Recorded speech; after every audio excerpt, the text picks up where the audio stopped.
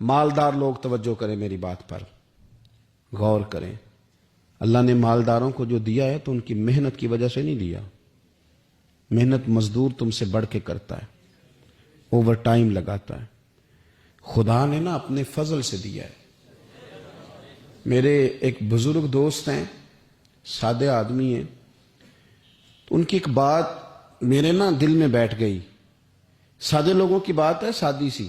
تو کسی شخص کے ساتھ ان کا کوئی تھوڑا بہت اس کے ساتھ مدد کا رشتہ تھا، اس سے کچھ پیار کرتے تھے، تو کسی وجہ سے ناراضگی ہو گئی، تو کسی نے ان سے کہا کہ اب چھوڑ دیں، آپ کا اس نے اتنا دل دکھایا۔ تو کہنے لگے نہیں میں چھوڑوں گا نہیں، میں دیتا رہوں گا۔ کیوں؟ کہنے لگے اس لیے کہ میرے دل میں بات بیٹھ گئی ہے کہ پتہ نہیں اللہ کدے نصیبہ نہ دیندا ہے، تو یہاں سے کوئی کھا جائے، کسی کی مدد ہو جائے۔ آپ کے ہاں اگر ماتحت کچھ لوگ ہیں، آپ کو کسی کی مدد کرنی پڑتی، تو اگر آپ کا یہ ذہن بن گیا نا کہ میں صاحب ہوں اور میں انہیں دیتا ہوں اور میری وجہ سے کام چلتا ہے اور میری تنخواہ سے چولہا جلتا ہے، تو آپ نے بڑی چھوٹی سوچ پیدا کر لی ہے، اب کمزور ہو گئے۔ اگر آپ نے یہ سوچ لیا نا کہ میں کسی کو اپنے آفس سے اپنی مل سے نکال دوں گا تو شاید اسے کہیں اور نوکری نہیں ملے گی، تو آپ چھوٹے آدمی، آپ نے کمزور سوچ رکھی۔ حدیث پاک سنیں گے تو دل ٹھنڈا ہوگا۔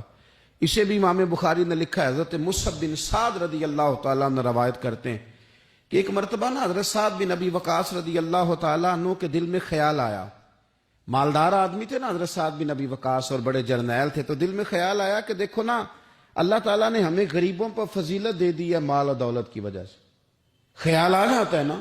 حضرت مصعب بن سعد رضی اللہ تعالیٰ عنہ فرماتے ہیں ان کے دل میں خیال آیا، دل میں خیال آیا کہ دیکھو اللہ نے پھر ہمیں فضیلت والا بنایا، تو اسی لیے اللہ نے ہمیں پیسے دیے نا، اللہ نے ہمیں کچھ بنایا تو پھر ہی اللہ نے دولت زیادہ دی ہے نا۔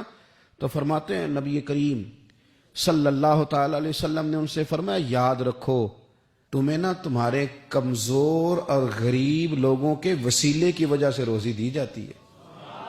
امیروں تمہیں جو نوازا جاتا ہے نا تو یہ غریبوں کے صدقے، ضعیفوں کے صدقے، کمزوروں کے صدقے، یہ ان غریبوں کے صدقے تمہیں نوازا جاتا ہے، اور پھر تمہارے ذمے لگایا جاتا ہے کہ تم نے زکوٰۃ دینی ہے، تم نے صدقات دینے ہیں، تم نے ان پر خرچ کرنا ہے، تمہیں ان کے صدقے مل رہا ہے، ان کے صدقے۔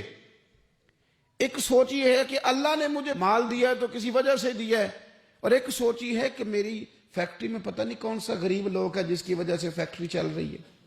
ایک سوچ یہ ہے کہ پتہ نہیں میرے آفس میں کون سا ایسا شخص ہے جس کی وجہ سے نظام چل رہا ہے، اور ایک سوچ یہ ہے کہ میں جاگیردار ہوں تو پتہ نہیں کون سا کسان ہے جو میرے پاس کام کرتا ہے تو اس کی وجہ سے اللہ مجھے بھی روزی دیتا ہے۔